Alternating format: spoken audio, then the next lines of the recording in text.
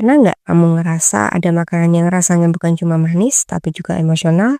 Satu gigitan bisa bikin bahagia, nostalgia, bahkan menenangkan di saat capek. Hari ini di Kenalan Yuk, kita bakal kenalan salah satu makanan paling dicintai di dunia, yaitu coklat. Coklat bukan sekedar camilan, ia punya sejarah ribuan tahun, pernah jadi alat tukar, simbol status, sampai akhirnya berubah jadi makanan massal yang kita kenal sekarang. Tapi di balik rasanya yang menyenangkan, coklat juga punya sisi gelap, kontroversi, bahkan pertanyaan besar. Sampai kapan coklat bisa bertahan di dunia ini? Selamat datang di channel Kenalan Yuk. Di sini kita akan ngobrolin berbagai hal menarik yang ada di sekitar kita, mulai dari makanan, tanaman, sampai benda sehari-hari yang sering luput dari perhatian. Kalau kamu suka belajar sesuatu yang baru dengan cara yang ringan dan menyenangkan, yuk klik subscribe, like, dan aktifkan lonceng notifikasinya. Semua cerita coklat dimulai bukan dari Eropa, bukan dari pabrik besar, tapi dari Amerika Tengah dan Selatan.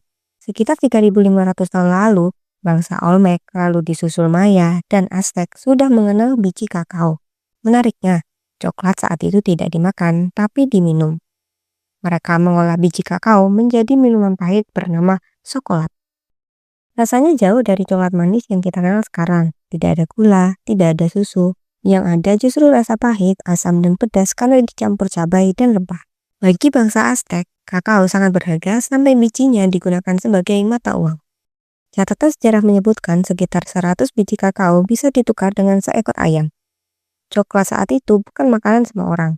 Ia adalah minuman bangsawan, prajurit, dan ritual keagamaan. Coklat baru masuk ke Eropa pada abad ke-16, dibawa oleh penjelajah Spanyol. Di sanalah semuanya berubah. Orang Eropa mulai menambahkan gula dan susu, menghilangkan rasa pahit ekstrim, dan menjadikan coklat lebih ramah. Namun selama ratusan tahun, coklat tetap menjadi barang mahal. Baru pada abad ke-19 dengan ditemukannya mesin pemisah lemak kakao dan teknik pembuatan coklat batang, coklat mulai diproduksi massal. Pada tahun 1847, coklat batang pertama di dunia dibuat di Inggris. Sejak itu, coklat bukan lagi minuman eksklusif, tapi makanan global. Hari ini, dunia mengonsumsi lebih dari 7 juta ton coklat per tahun, dengan Eropa sebagai konsumen terbesar. Di Eropa, coklat sering dipandang sebagai produk artisan. Banyak coklat diperlakukan seperti wine, dengan asal biji kakao, fermentasi, dan karakter rasa yang diperhatikan detail. Sementara di Indonesia, coklat lebih sering dianggap jajanan atau hadiah.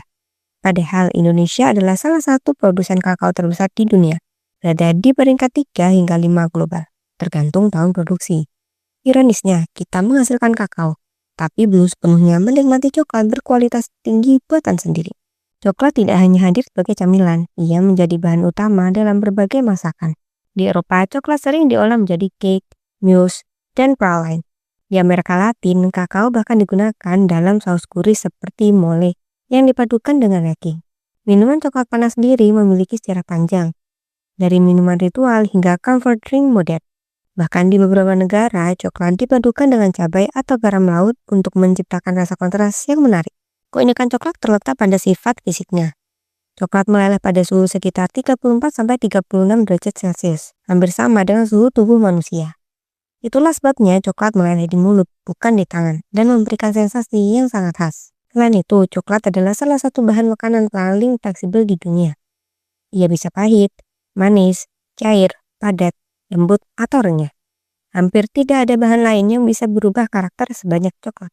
Secara ilmiah, coklat, terutama coklat hitam, mengandung banyak senyawa aktif.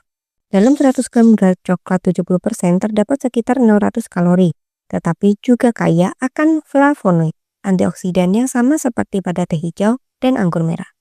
Coklat mengandung theobromine, zat stimulan ringan yang memberi efek segar tanpa tajam kafein. Ia juga mengandung magnesium, zat penting untuk fungsi otot dan saraf, serta zat besi. Tak heran beberapa penelitian menunjukkan konsumsi coklat hitam dalam jumlah wajar bisa membantu menurunkan tekanan darah dan meningkatkan aliran darah ke otak. Salah satu kelebihan terbesar coklat adalah efek psikologisnya. Coklat merangsang pelepasan dopamin dan serotonin, hormon yang berkaitan dengan rasa bahagia. Itulah sebabnya coklat sering diasosiasikan dengan rasa nyaman dan hadiah emosional. Beberapa studi bahkan mencatat bahwa konsumsi coklat hitam secara moderat, sekitar 20–30 gram per hari, dapat membantu mengurangi risiko penyakit jantung. Dalam konteks ini, coklat bukan sekedar makanan, tapi juga bagian dari pengalaman emosional manusia. Namun coklat bukan tanpa masalah. Coklat susu dan coklat putih sering mengandung gula dan lemak tinggi. Dalam satu batang coklat manis ukuran sedang, kadar gula bisa mencapai 25-300 gram. Hampir setara batas harian yang direkomendasikan WHO. Selain itu, industri coklat juga menghadapi isu serius seperti eksploitasi tenaga kerja anak di beberapa negara penghasil kakao. Sekitar 60% produksi kakao dunia berasal dari Afrika Barat, dan berbagai laporan internasional menunjukkan masih adanya praktik kerja tidak layak di sana. Coklat yang kita nikmati seringkali menyimpan cerita pahit di baliknya. Salah satu kasus menarik lainnya adalah fluktuasi harga kakao dunia. Dalam satu dekade terakhir, harga kakao sempat melonjak hingga lebih dari 200%, dipengaruhi oleh perubahan iklim dan gagal panen. Selain itu, coklat juga sering disorot dalam kasus kesehatan. Banyak produk mengklaim sehat, padahal kandungan kakaonya rendah. Di beberapa negara, labelisasi coklat sering diawasi ketat agar konsumen tidak tertipu. Lalu sampai kapan coklat akan ada? Para ahli memperkirakan jika perubahan iklim terus berlanjut tanpa adaptasi, produksi kakao bisa menurun drastis dalam 30-50 tahun ke depan. Kakao sangat sensitif terhadap suhu dan curah hujan. Namun, harapan tetap ada. Penelitian tentang varietas kakao tahan iklim, pertanian berkelanjutan, dan konsumsi yang lebih sadar mulai dikembangkan.